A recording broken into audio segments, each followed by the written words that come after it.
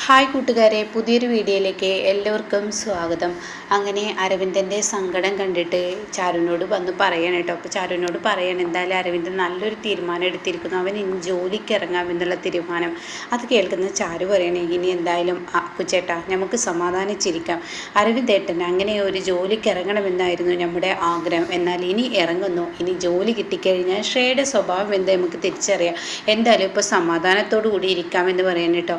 പിന്നീട് പിറ്റേ ദിവസം രാവിലത്തെ രംഗമാണ്. അക്കുവിന്, അതായത് ആകാശിന് ചായ ഒരു വരികയാണ്. അപ്പോൾ ആകാശാണെങ്കിലോ നല്ല ടെൻഷൻ അടിച്ചിരിക്കുകയാണ്. ഇത് കാണുന്ന ചാരു ചോദിക്കുകയാണ്, അപ്പോൾ ചേട്ടന് എന്താ പറ്റിയത്? ഒന്നുമില്ല. എന്തോ ഉണ്ട്, എന്താ മറക്കുന്നത്? എന്താടോ? എൻ്റെ മനസ്സിൽ നിന്ന് ഒരിക്കലും മാറുന്നില്ല ആ ശ്രേയയുടെ അമ്മ. ശ്രേയയും പറഞ്ഞ വാക്കുകൾ അത് മനസ്സിനെ വല്ലാതെ മുറിവേൽപ്പിച്ചിരിക്കുന്നു. അത് കേൾക്കുന്ന ചാരു പറയണേ, അതെ, അത് മനസ്സിൽ നിന്ന് വിട്ടേക്ക്. ഇപ്പോൾ അക്കുച്ചേട്ടൻ ഒരു ജോലിക്ക് ഇറങ്ങാമെന്ന് പറഞ്ഞല്ലോ, അത് ശ്രേയയോടുള്ള വാശിയാണെങ്കിലും പതിയെ പതിയെ അക്കുച്ചേട്ടൻ അവളെ തിരിച്ചറിയും. ആ തിരിച്ചറിഞ്ഞു കഴിഞ്ഞാൽ തീർച്ചയായും അവൾ ജീവിതത്തിലോട്ട് വരും. ഈ അരവിന്ദേട്ടൻ്റെ ഭാര്യയായി തന്നെ ശ്രേയ നിൽക്കുമെന്ന് പറയണം കേട്ടോ. ഇത് കേൾക്കുന്ന ആകാശ് പറയണേ, എന്താ ചാരു, ഞാൻ ഇന്നും ഇന്നലെയും കാണുന്ന പെണ്ണല്ല ഈ പറയുന്ന ശ്രേയ. അവൾ ഒരു ഫ്രോഡാണ്. അവളുടെ മനസ്സിൽ പക കയറി കഴിഞ്ഞാൽ അയാളെ തകർക്കുന്നത് വരെ അവൾ കളിക്കും. അതാണ് അവൾ ചെയ്യുക. ഇല്ല, എനിക്ക് പ്രതീക്ഷയുണ്ട്, അവൾ നല്ലൊരു പെണ്ണായി മാറും, അതെനിക്ക് ഉറപ്പുണ്ട്. അല്ലെങ്കിൽ നമ്മളെല്ലാവരും മാറ്റും. അതെ, മാറ്റുന്നത് അവൾ നിന്നെ ആയിരിക്കും. നീ വെറുതെ അവൾക്ക് പിറകെ പോകാൻ നിൽക്കണ്ട, അത് നിനക്ക് ആപത്താണ്, അത് നീ മനസ്സിലാക്കിക്കോ. ഒരിക്കലും മാറാത്തൊരു സ്വഭാവമാണ് അവളിൽ, അത് മാറും. സ്നേഹം കൊണ്ട് എല്ലാവരെയും കീഴ്പ്പെടുത്താക്കുച്ചേട്ട, അത് മനസ്സിലാക്ക്. എൻ്റെ ചാരു, നിൻ്റെ ഈ ചിന്ത അത് മാറ്റ്, അല്ലെങ്കിൽ നിനക്ക് ദോഷം ചെയ്യും. ഇല്ല അക്കുച്ചേട്ട, എൻ്റെ പ്രതീക്ഷകളൊന്നും തെറ്റാറില്ല. ആ സമയം കാണാം അവരുടെ അടുത്തോട്ട് അനു വരുന്നു കേട്ടോ. അപ്പോൾ അനു വന്നിട്ട് ചോദിക്കുകയാണ്, അതെ, എന്നെ ഒന്ന് സഹായിക്കാമോ? എന്ത് സഹായമാണ് മോളെ നിനക്ക് വേണ്ടത്? അതെ, എൻ്റെ കോളേജിൽ ഒരു ടോപ്പിക് എഴുതാൻ പറഞ്ഞിട്ടുണ്ട്. എന്താണ് അത്? ഒരു രണ്ട് ഭാഗം പറഞ്ഞിട്ടുണ്ട്. ഒന്ന്, ഭർത്താവില്ലാതെ ജീവിക്കുന്ന പെണ്ണുങ്ങൾ എങ്ങനെയിരിക്കും? താലികെട്ട് നല്ലതാണോ, അതോ താലികെട്ട് ഇല്ലാത്ത ഒരു പെണ്ണായി ജീവിക്കുന്നതാണോ, ഒരു പുരുഷൻ്റെ തണലിൽ ജീവിക്കുന്നതാണോ നല്ലത്? അപ്പം നീ ഇതിലേതാ എടുത്തത്? ഞാനൊരു പുരുഷൻ്റെ തണലിൽ ജീവിക്കുന്ന ഭാര്യയാവുന്നതാണ് ഏറ്റവും നല്ലത്. ഭർത്താവില്ലാതെ ജീവിക്കുന്നത് ബുദ്ധിമുട്ടാണ് ഒരു പെണ്ണിന് എന്നാണ് ഞാൻ വേണ്ടെന്ന് വെച്ചത്.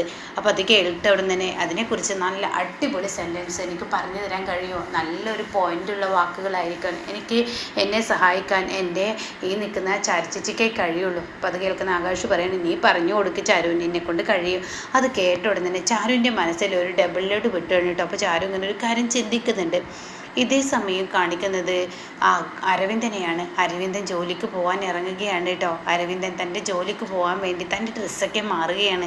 അങ്ങനെ നല്ല അടിപൊളി ഡ്രസ്സ് ഇട്ടിരിക്കുകയാണ്. ഒരു എക്സിക്യൂട്ടീവ് ലുക്കിൽ തന്നെ അരവിന്ദൻ വരുന്നത് കേട്ടോ. അങ്ങനെ ടൈയൊക്കെ കെട്ടി തൻ്റെ അരയിൽ ബെൽറ്റൊക്കെ ഇടുമ്പോൾ അയ്യോ ഇറുകുന്നു, ടൈയും കഴുത്തിൽ മുറുക്കുന്നു. ഇതൊക്കെ വലിയ കഷ്ടപ്പാടാണ്. എങ്കിലും വേണ്ട, എൻ്റെ ഒരു നിലപാട് എനിക്ക് കൊണ്ടുവരണം. ആളുകൾക്ക് മുന്നിൽ ഇതുപോലെയുള്ള ചോദ്യങ്ങൾ ചോദിക്കുമ്പോൾ ഒരിക്കലും ഞാൻ ഇനി മുട്ടുകുത്തരുത്.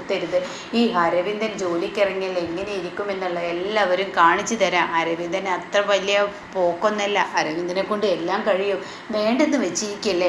ഹാവ് എന്താ ലുക്ക് എന്ന് പറഞ്ഞിട്ട് താൻ കണ്ണാടിക്ക് മുന്നിൽ നിന്ന് നോക്കുകയാണ്. തൻ്റെ മനസാക്ഷിയോട് തന്നെ താൻ തിരിച്ചു പറയുകയാണ്, ഓഹോ എന്താ ലുക്ക്, അടിപൊളി ലുക്ക് തന്നെ, പറയാനില്ല, പറയാൻ വാക്കുകളില്ല, അത്രയും ലുക്ക്. എടോ അരവിന്ദ, താനായിരുന്നോ ഇത്രയും നാളും ഒളിച്ചോടിയിരുന്നു എന്ന് തൻ്റെ മനസാക്ഷി തന്നോട് ചോദിക്കും. അരവിന്ദൻ പറയണേ, ഇപ്പോൾ അരവിന്ദനെ കണ്ട ആരും ഒന്ന് നോക്കിപ്പോ. അപ്പോൾ ജോലിയും കൂടിയായ അരവിന്ദൻ്റെ കാര്യം പിന്നെ പറയാനുണ്ടോ? മാഡം എൻ്റെ പിന്നാലെ നടക്കും എന്നൊക്കെ താൻ തന്നെ ഇങ്ങനെ പറഞ്ഞുകൊണ്ടിരിക്കുകയാണ് കേട്ടോ. ഇതേ സമയം താഴത്തെ രമേശൻ ആൻറ്റി എന്തേ ബാലമാമേ എന്നൊക്കെ പറഞ്ഞിട്ട് രമേശൻ വിളിക്കുകയാണ് കേട്ടോ. ആ വിളി കേട്ടിട്ട് എന്താടാ. അപ്പോൾ തൻ്റെ ഭാര്യയും വിളിക്കുന്നുണ്ട് കേട്ടോ. അവളെയും വിളിക്കുകയാണ്, മണി എന്നൊക്കെ പറഞ്ഞ് അവളെയും വിളിക്കുന്നുണ്ട്. അപ്പോൾ അവൾ ഓടിയെത്തുകയാണ് കേട്ടോ. എന്താ പ്രശ്നം, എന്തിനാ രമേശേട്ട അങ്ങനെ ഒച്ചയെടുക്കുന്നത്? അത് കാണുന്ന ഹേമയും അപ്പോഴേക്കും ബാലമാമയും വന്ന് ചോദിക്കുക, എന്താ രമേശ നിൻ്റെ പ്രശ്നം? അതെ, നിങ്ങളുടെ മൂത്ത മകനില്ലേ, അവൻ എൻ്റെ മൂത്ത മകന് എന്താ പറ്റിയത് എന്ന് ഹേമ ചോദിക്കുമ്പോൾ വരുന്നു നിങ്ങളുടെ മൂത്ത മകൻ എന്ന് പറഞ്ഞ് ചൂണ്ടിക്കാണിച്ച് കൊടുക്കുന്നു കേട്ടോ. തിരിഞ്ഞു നോക്കുമ്പോൾ കാണുന്ന കാഴ്ച ഒരു എക്സിക്യൂട്ടീവ് ലുക്കിൽ തൻ്റെ മകൻ ഇങ്ങനെ തിരിഞ്ഞു നോക്കുന്നു. കോട്ടും സൂട്ടൊക്കെ ഇട്ട് ഒരു പാൻറ്റൊക്കെ ഇട്ടിട്ട് ഇങ്ങനെ സ്റ്റൈലൻ വേഷത്തിൽ നിൽക്കുന്നത് കാണുമ്പോൾ ഹേമ എന്തൊരു ലുക്കാണ് എൻ്റെ കുഞ്ഞിനെ കാണാൻ.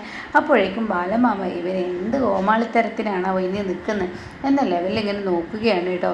അപ്പോൾ ഉടൻ തന്നെ അരവിന്ദൻ വരികയാണ്. എന്നിട്ട് അരവിന്ദൻ പറയണം, നിങ്ങളെല്ലാവരും എന്നെ നോക്കുന്നത് എന്തായിരിക്കും എന്നല്ലേ? അതെ, ഞാൻ പറയാം. ഞാൻ പോവുകയാണ് ഇനി ജോലി അന്വേഷിച്ച്. അത് കേൾക്കുന്ന ബാലമാമ ഇപ്പോഴെങ്കിലും തലയിൽ ബുദ്ധി വന്നല്ലോ. അപ്പോൾ ഹേമ പറയാണ്, എന്തിനാ നിങ്ങൾ എപ്പോഴും എൻ്റെ മകനെ ഇങ്ങനെ കളിയാക്കുന്നത്? എൻ്റെ മകൻ ജോലി അന്വേഷിച്ച് പോകുന്നു എന്ന് പറഞ്ഞാൽ അതിന് നിങ്ങൾ അഭിനന്ദിക്കല്ലേ വേണ്ടത്? ഞാനെന്താ അഭിനന്ദിക്കാതിരുന്നത്? ഞാൻ പറഞ്ഞത് ഇപ്പോഴെങ്കിലും എൻ്റെ മകന് നേരം വെളുത്തല്ലോ എന്നാണ്. അപ്പോൾ ഉടൻ തന്നെ അരവിന്ദൻ പറയണേ, അമ്മേ വെറുതെ ഇവരോട് സംസാരിക്കാൻ നിൽക്കണ്ട. ഇവരൊക്കെ എന്നെ താഴ്ത്തിക്കിട്ടത്തേ ഉള്ളൂ. എനിക്കറിയാം ഈ ജോലി ഇല്ലാത്തവനും കൂലി കിട്ടാത്തവനും ഈ കറിവേപ്പില പോലെയാണെന്നൊക്കെ പണ്ടൊക്കെ പറയുന്നത് കേട്ടിട്ടുണ്ട്. അതുകൊണ്ട് ആരുടെയും കറിവേപ്പിലയാവാൻ ഞാൻ ഉദ്ദേശിക്കുന്നില്ല. അരവിന്ദൻ്റെ നിലപാട് വരികയാണ്. അരവിന്ദന് സ്വന്തമായി ജോലിയെടുത്ത് ഇത്രയും നാളും മറ്റുള്ളവരുടെ ചെലവിലല്ലേ ജീവിച്ചിരുന്നത്. ഇനി ഒരു ചെലവുമില്ലാതെ സ്വന്തമായ ചെലവെടുത്ത് അരവിന്ദൻ ജീവിക്കാൻ പോവുകയാണ്. കണ്ടോളൂ, അരവിന്ദനെ കാണുന്നവരെല്ലാം ഇനി എന്താ പറയുക, കൈയടിക്കും എന്നൊക്കെ ഇങ്ങനെ പറയാൻ കേട്ടോ. ഇതൊക്കെ കേട്ട് ബാലമാമക്ക് വലിയൊരു ഇതൊന്നുമില്ല. ബാലമാമയുടെ ഉള്ളിൽ ചിരിക്കുന്നുണ്ട്, പക്ഷെ പുറത്തത് കാണിക്കാൻ പാടില്ലല്ലോ. അങ്ങനെ എൻ്റെ മോന് പോയിട്ട് വാ, എന്തായാലും ഈ അമ്മയുടെ അനുഗ്രഹം നിനക്കുണ്ടാവും, എൻ്റെ മോന് നല്ല സന്തോഷത്തോടു കൂടി പോയിക്കോളൂ എന്നൊക്കെ പറഞ്ഞ് തൻ്റെ മകനെ പറഞ്ഞു വിടുകയാണ് കേട്ടോ. എന്നാൽ ഈ സമയം ഇപ്പുറത്ത് ചാരുവാണെങ്കിലോ അനുവിനോട് പറയാണ്, അനു നീ ഒരു കാര്യം ചിന്തിക്കണം. ഇതിനെക്കുറിച്ച് നല്ലൊരിത് പറഞ്ഞു തരാൻ ഏറ്റവും കൂടുതൽ കഴിയുക ആർക്കാണെന്നറിയോ? നിൻ്റെ വേറൊരു ഏട്ടത്തി ഉണ്ടല്ലോ അവർക്ക്. എൻ്റെ വേറൊരു ഏട്ടത്തിയോ? എനിക്ക് വേറെ ഏട്ടത്തിയൊന്നുമില്ല. എൻ്റെ ഏട്ടത്തി ഈ നിൽക്കുന്ന ചാരിച്ചേച്ചി മാത്രമേ ഉള്ളൂ.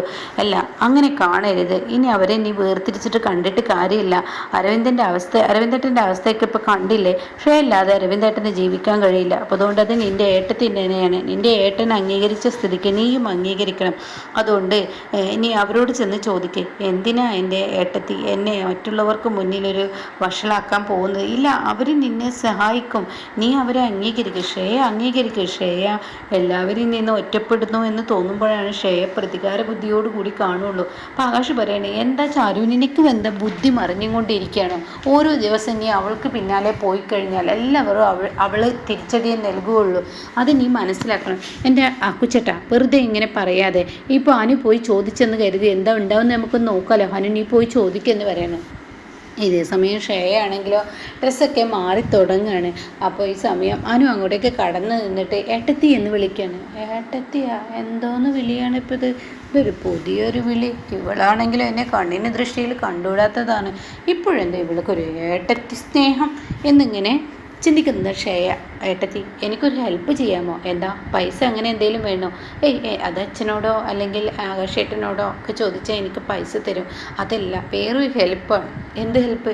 എൻ്റെ കോളേജിൽ ഒരു കാര്യത്തെക്കുറിച്ച് എഴുതി കൊണ്ടുവരാൻ പറഞ്ഞിട്ടുണ്ട്. എന്തോന്നാണ് അത്? ഭർത്താവില്ലാതെ ജീവിക്കുന്ന പെണ്ണാണോ നല്ലത്, ഭർത്താവിൻ്റെ തണലിൽ ജീവിക്കുന്ന പെണ്ണാണോ നല്ലത്? അതിനെക്കുറിച്ച് പറയാനാണ്. അത് കേട്ട ഉടൻ തന്നെ എൻ്റെ അഭിപ്രായത്തിൽ ഭർത്താവില്ലാതെ ജീവിക്കുന്ന പെണ്ണിനെ കുറിച്ചാണെങ്കിൽ ഞാൻ കുറേ വാക്കുകൾ നിനക്ക് ഞാൻ പറഞ്ഞു തരാം. അയ്യോ, ഞാൻ എടുത്തിരിക്കുന്നത് ഭർത്താവിൻ്റെ തണലിൽ ജീവിക്കുന്ന, അതിൽ എന്നോട് ഞാൻ എടുക്കാൻ പറഞ്ഞു. ഭർത്താവിൻ്റെ തണലിൽ ജീവിക്കുന്ന ഒരു പെണ്ണും അത് ജീവിതത്തിൽ നന്നാവില്ല. ഭർത്താവില്ലാതെ ജീവിക്കുന്ന, അതായത് കല്യാണം കഴിക്കാതെ ജീവിക്കുന്ന വ്യക്തിയാണ് ഏറ്റവും ജീവിതത്തിൽ സുഖം എന്നൊക്കെ പറഞ്ഞ് പൊട്ടിത്തെറിച്ച് അതിനെക്കുറിച്ച് വാക്കുകൾ എന്നോട് പറയാനില്ല എന്ന് പറഞ്ഞില്ലേ? എൻ്റെ അടുത്ത് വാക്കുകളൊന്നുമില്ല. നീ എൻ്റെ മുന്നിലോട്ട് അതും ചോദിച്ചു വരണ്ട. അതിനെ മാത്രമാണെങ്കിൽ എടുത്തോ. നീ എന്നോട് ചോദിച്ചിട്ടാണോ ഇതെടുത്തത്? എടുക്കുമ്പോൾ എന്നോട് കൂടി ചോദിക്കണമായിരുന്നു എന്നൊക്കെ പറഞ്ഞ് അനുവിനോട് പൊട്ടിത്തെറിക്കും. അനുവിന് സങ്കടമാവുകയാണ് കേട്ടോ. അങ്ങനെ അനു ആണെങ്കിലോ ടെറസിലോട്ട് ചെല്ലുകയാണ്, ചാരുവിൻ്റെ അടുത്തോട്ട്. ചാരു ആണെങ്കിലോ ഡ്രസ്സുകളൊക്കെ അലക്കിയിടുന്ന സമയമായിരിക്കും. എൻ്റെ ചേച്ചി എന്ന് പറഞ്ഞ് വിളിക്കുകയാണ്, ചാരുവിനെ വിളിക്കുകയാണ് അനു. അപ്പോൾ എന്താണെന്ന് ചോദിച്ചുടനെ, ചേച്ചി എന്തിനാ എന്നെ ഇങ്ങനെ മറ്റുള്ളവർക്ക് മുന്നിൽ അപമാനിതയാക്കുന്നത്?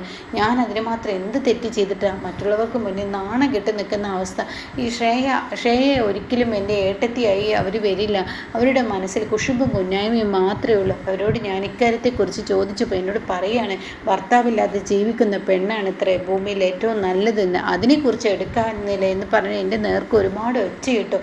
ഇനിയും എന്നോട് പറയില്ല അവരുടെ അടുത്തോട്ട് പോകാൻ. ഇനി ഇങ്ങനെയുള്ള കാര്യങ്ങൾ എൻ്റെ ഏട്ടത്തിക്ക് പറഞ്ഞു തരാൻ പറ്റുമെങ്കിൽ പറഞ്ഞു തന്നാൽ മതി, അല്ലെങ്കിൽ പറഞ്ഞു തരണ്ട, ഞാനതങ്ങ് വിട്ടോളാം എന്നൊക്കെ ഇങ്ങനെ പറയാൻ കേട്ടോ.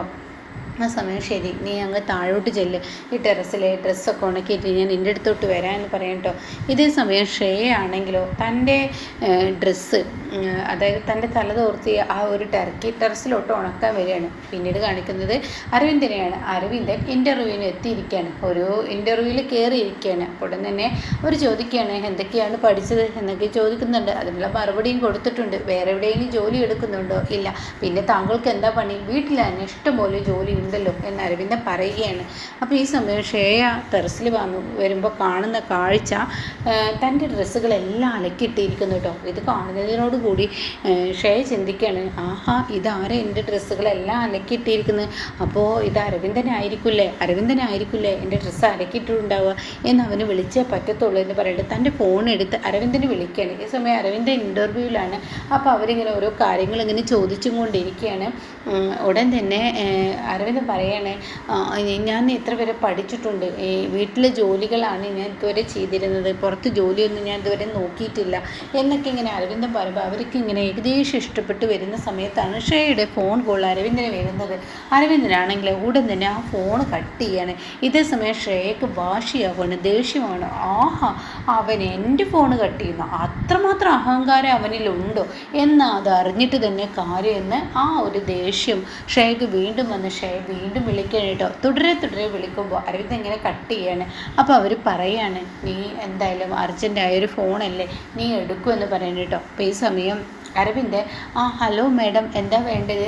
അപ്പോൾ ഉടനെ തന്നെ അരവിന്ദ, നീയാണോ എൻ്റെ ഡ്രസ്സ് ഇങ്ങനെ ടെറസിൽ അലക്കിയിട്ടിരിക്കുന്നത്? അല്ലല്ലോ, അതറിയാനാണ് ഞാൻ വിളിച്ചത്. ശരി, ഓക്കെ എന്നും പറഞ്ഞ് കട്ട് ചെയ്യാണ്. അപ്പോൾ ഇവർ ചോദിക്കുകയാണ്, ആരാണ് വിളിച്ചത്? വൈഫായിരുന്നു. വൈഫിനെയാണോ മാഡം എന്ന് വിളിക്കുന്നത്? അപ്പോൾ ഉടനെ തന്നെ അരവിന്ദ് പറയാണ്, ചെറുപ്പം മുതലേ പെണ്ണുങ്ങളോട് എനിക്ക് പ്രത്യേക ഒരു ബഹുമാനമാണ്, അങ്ങനെ ഒരു ബഹുമാനം ഞാൻ കൊടുക്കാറുണ്ട്, അതുകൊണ്ട് ഞാൻ ചെറുപ്പം മുതൽ ഏത് സ്ത്രീകളെ കണ്ടാലും മേഡം എന്നേ വിളിക്കത്തുള്ളൂ. അത് കേൾക്കുന്ന അവർക്ക് അത്രയും ഇഷ്ടപ്പെടില്ല കേട്ടോ. ഇതേ സമയം ഉടൻ തന്നെ വീണ്ടും ചോദിക്കുകയാണ്, അല്ല താങ്കൾ ഇതുവരെ എന്താണ് വീട്ടിൽ പണിയെടുത്തിരുന്നത്? ഞാൻ പറഞ്ഞല്ലോ, എൻ്റെ ഭാര്യയുടെ ഡ്രസ്സുകൾ അലക്കും, എൻ്റെ ഭാര്യയുടെ ചെരുപ്പ് തുടച്ചു കൊടുക്കും, എൻ്റെ ഭാര്യയ്ക്ക് ഭക്ഷണം ഉണ്ടാക്കി കൊടുക്കും, ഇതൊക്കെയാണ് ഞാൻ ചെയ്യുന്നത്, കാരണം പെണ്ണുങ്ങളെ ബഹുമാനിക്കണമല്ലോ. അപ്പോൾ ഇത് കേട്ടോണ്ട് തന്നെ അരവിന്ദനോട് ഈ ചോദ്യം, അതായത് തൻ്റെ ഭാര്യയെ മേഡം എന്ന് വിളിച്ചു എന്നതൊക്കെ ചോദിക്കുമ്പോൾ അരവിന്ദൻ്റെ വിചാരം എന്താ, അവർക്ക് ഇനിയിപ്പോൾ പെണ്ണുങ്ങളെ ഭാര്യമാരെ നല്ല പൊക്കി പറഞ്ഞു കഴിഞ്ഞാൽ തനിക്ക് ജോലി കിട്ടുമെന്ന് കരുതിയിട്ടാണ് കേട്ടോ നിൽക്കുന്നത്. അങ്ങനെ അരവിന്ദൻ പറയാണ്, ചില ആണുങ്ങളുണ്ട്, ആണുങ്ങൾക്ക് തന്നെ അപമാനമായ ആണുങ്ങൾ മറ്റുള്ളവരെ പേര് നശിപ്പിക്കാൻ. ഞാൻ അങ്ങനെയല്ല, എൻ്റെ ഭാര്യയ്ക്ക് പല പണിയും ഞാൻ ചെയ്തു കൊടുക്കും, എൻ്റെ ഭാര്യയാണ് എനിക്ക് വലുത്. എല്ലാവരും എന്നോട് പറയും, അരവിന്ദ അങ്ങനെയൊന്നും പാടില്ലെന്ന്, ജീവിതത്തിൽ ഭാര്യയെ സ്നേഹിക്കണം, പക്ഷെ അതൊരു അടിമയാവരുതെന്ന്. പക്ഷെ ഞാൻ അങ്ങനെയല്ല, എൻ്റെ ഭാര്യയുടെ അടിമയായി തന്നെ ഞാൻ ജീവിക്കും. അപ്പോൾ വീണ്ടും ശ്രേയ വിളിക്കുകയാണ് കേട്ടോ. അപ്പോൾ ഇവരാണെങ്കിലോ വീണ്ടും പറയാണ്, നീ സ്പീക്കറിലിട്ട് സംസാരിക്കുമെന്ന് പറയാൻ കേട്ടോ. അപ്പോഴേക്കും, അരവിന്ദ, നീ എവിടെയാണ്, നീ എവിടോട്ടാണ് പോകുന്നത്? ബഹുമാനമില്ലാത്ത ശ്രേയയുടെ ആ വാക്കുകൾ കേൾക്കുമ്പോൾ ഇവർക്ക് ഇഷ്ടപ്പെടില്ല. അപ്പോൾ ഉടൻ തന്നെ അരവിന്ദൻ ഒന്ന് പേടിക്കുന്നുണ്ട് കേട്ടോ. ഇതേ സമയം അരവിന്ദൻ ഫോൺ വെച്ചതിന് ശേഷം പറയണേ, ഞാൻ എൻ്റെ ഭാര്യയ്ക്ക് വേണ്ടി എന്തും ചെയ്തു കൊടുക്കും, ഞാനൊരു മിനിറ്റ് കണ്ടില്ലെങ്കിൽ ഷൂസോ ചെരുപ്പോ തുടക്കാനുണ്ടാവും, അതുകൊണ്ടായിരിക്കും എന്നെ ഇപ്പോൾ വീണ്ടും വിളിച്ചിട്ടുണ്ടാവുക എന്നിങ്ങനെ പറയുമ്പോൾ അരവിന്ദൻ കൊണ്ടുവന്ന സർട്ടിഫിക്കറ്റുകൾ കൊടുത്തിട്ട് പറയണം, പോയിക്കോളൂ, അപ്പോൾ ഞാൻ നാളെ ജോലിക്ക് വന്നോളൂ എന്നാണോ പറയുന്നത്? അല്ല, നീ ജോലിക്ക് വേണ്ട, നീ നിൻ്റെ ഭാര്യയുടെ പണി തന്നെ ചെയ്തു കൊടുത്താൽ മതി. നിനക്ക് ജോലിക്ക് വന്നു കഴിഞ്ഞാൽ നിൻ്റെ ഭാര്യ ഇതുപോലെ 1000 വട്ടം വിളിച്ചും കൊണ്ടിരിക്കും, അപ്പോൾ ഇവിടുത്തെ ജോലി ചെയ്യാൻ നിനക്ക് നേരമുണ്ടാവില്ല, അതുകൊണ്ട് നീ വണ്ടി വിട്ടോളൂ എന്ന് പറയുന്നു കേട്ടോ. അപ്പോൾ അരവിന്ദൻ ഒരു കാര്യം മനസ്സിലാക്കുകയാണ്, തനിക്ക് ജോലിക്ക് പോകുന്ന സമയത്ത് പോലും ഇവള് കാരണം തൻ്റെ സമാധാനം നഷ്ടപ്പെടുന്നു എന്നുള്ള സത്യം ഇനി അരവിന്ദൻ ഓരോ ദിവസവും കഴിയുമ്പോഴും മനസ്സിലാക്കിക്കൊണ്ടിരിക്കുകയാണ് കേട്ടോ.